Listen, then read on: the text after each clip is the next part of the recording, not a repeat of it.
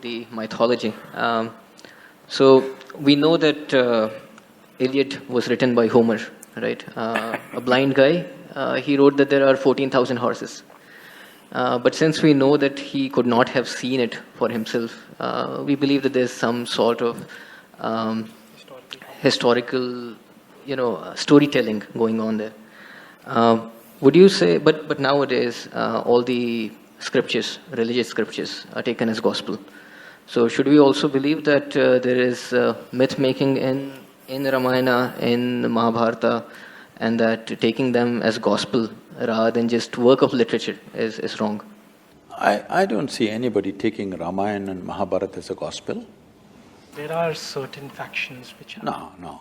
They cannot, because they'll get freaked out with confusion. Because there are all kinds of people in Mahabharata, the best sort of man, the worst sort of man, in between every kind of man and woman. Is there over 100,000 characters? How can you make a gospel out of it? So you said storytelling. I don't know if you've seen the byline of Youth and Truth, not the seriousness of gospel, but the playfulness of gossip, because gossip has always been reliable. No, at any time in history, nobody went by the official version. Whatever the official version came, people asked around with their friends and relatives what happened. When 5 people said 5 different things, people learned out of their wisdom to extract some truth out of the gossip. But people always relied more on the gossip than the official version, isn't it so? It's not just today, always. However, given that this gossip can lead to a transformation of this truth to an extent where it's lost forever, do you think that's troubling? See, first of all, you're questioning, did it actually happen, right? No. So we are saying that the same argument which you have given is the argument which is usually used these days to say that buildings which were constructed by the Mughals were actually not Mughal structures. Okay.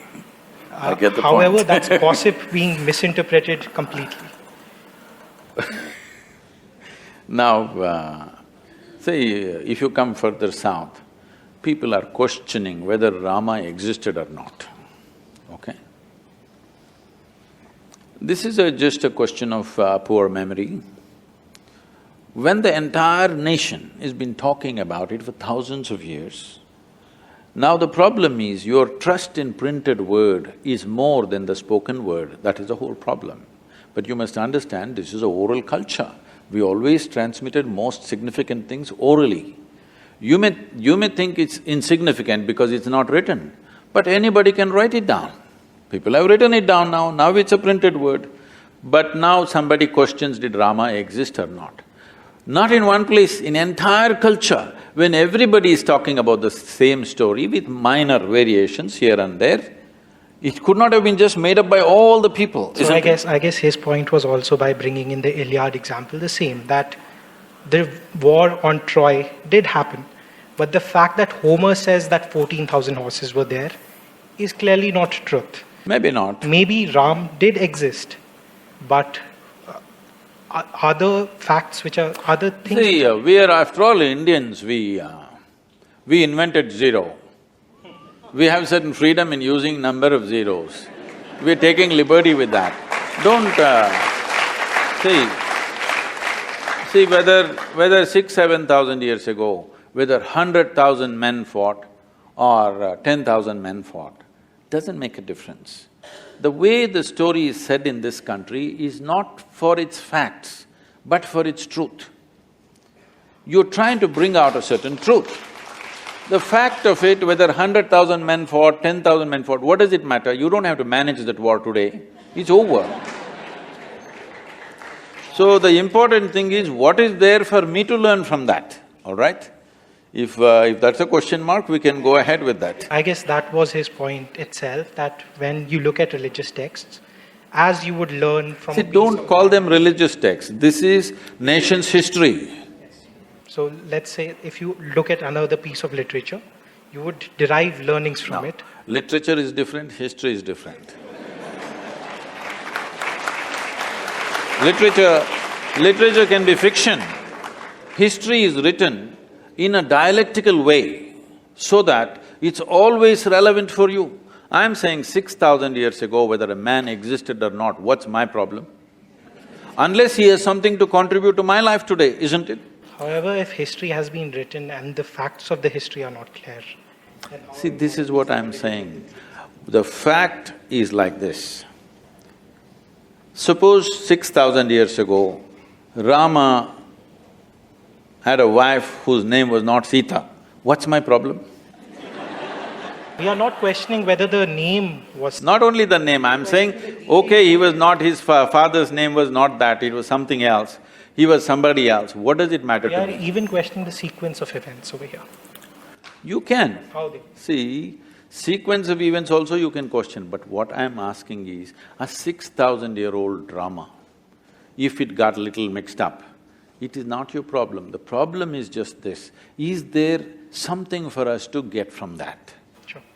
That's all the thing is. Now, why we are worshipping Rama in this country is, he's not a super success.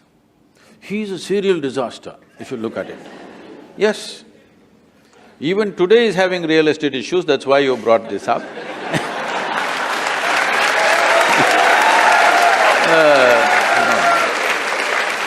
But it is not today alone, it's not today alone. Right from the beginning of his life, he is in trouble and trouble and trouble and trouble. See, he is rightfully a king. He is coronated at the age of 17 or 18. He marries a princess, and within 1 or 2 years, he's sent to the forest. They didn't go to the jungle for picnic. As some of the television serials are showing Rama, Sita doing all that. No, it is like, throwing him out of the kingdom from his power and everything. That itself would have shattered a man, but he settled down there. But Rama is also an insecure person who, when Sita came back to him, first she sat through fire. We will come there, don't First jump. she sat- First let's kidnap her, no. See, now you're changing the… See, now you're changing the sequence of things. First let's kidnap her, all right?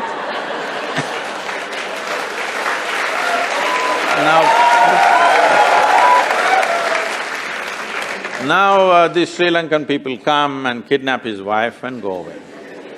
After all, he is a king.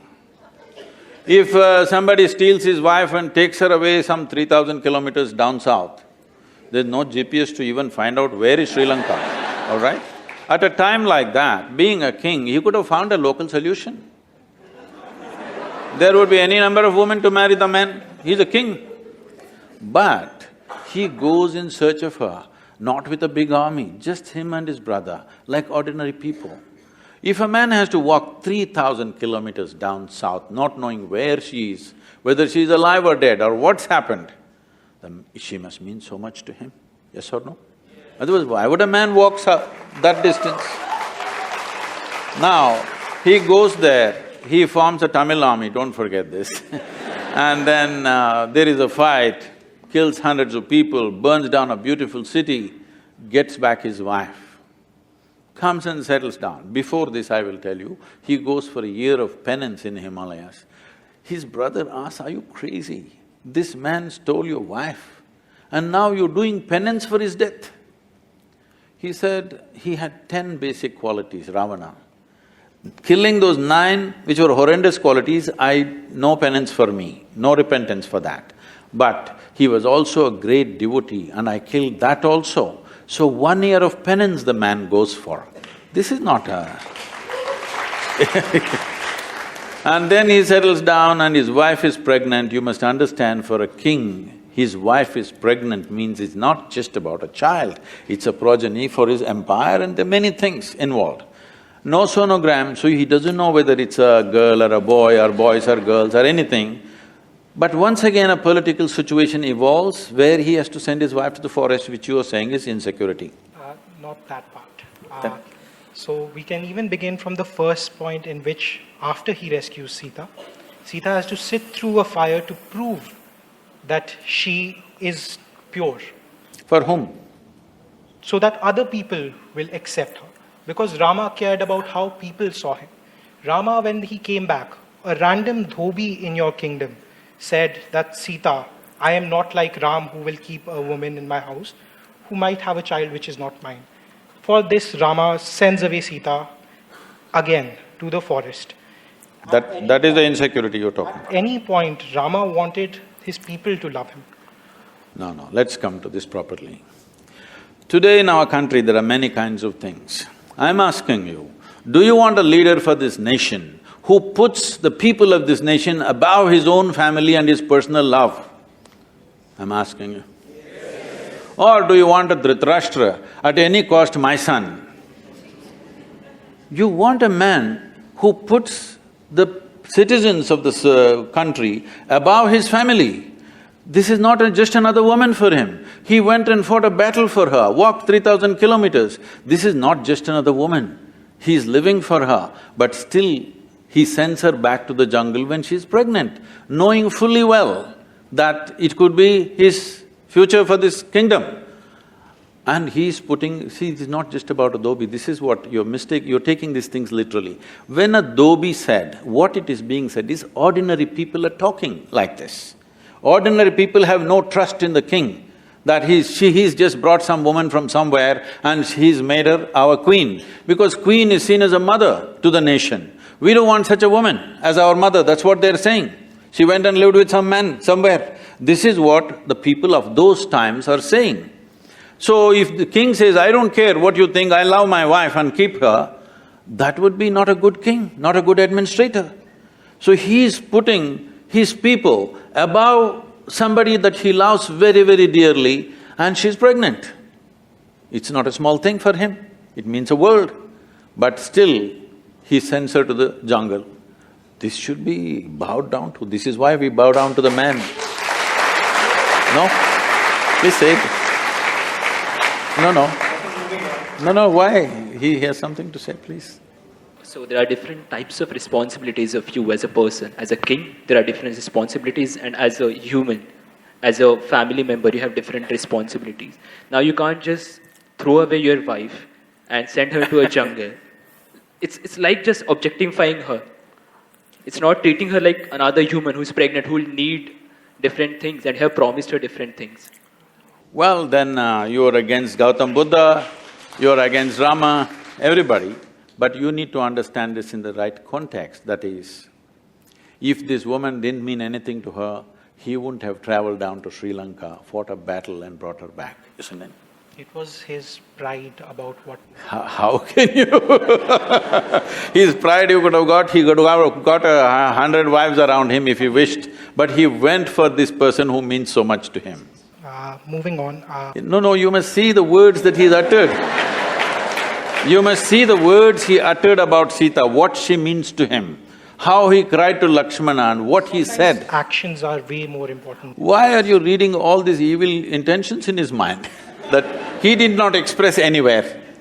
He did not express… With our words, we can say anything. See, as far as you are concerned, you know only what you read. You don't know anything else about his life, neither me nor you, all right? So, from what you read, nowhere does it say that he was insecure. Nowhere does it say he went for his pride. Nowhere does it say that… No, everywhere it says very clearly, let me tell you, the reason why he is worshipped today is, though life threw disasters after disasters at him, the man never became resentful, never became hateful, never became angry. He did not become a recluse either. He went about fulfilling every duty that he has to do.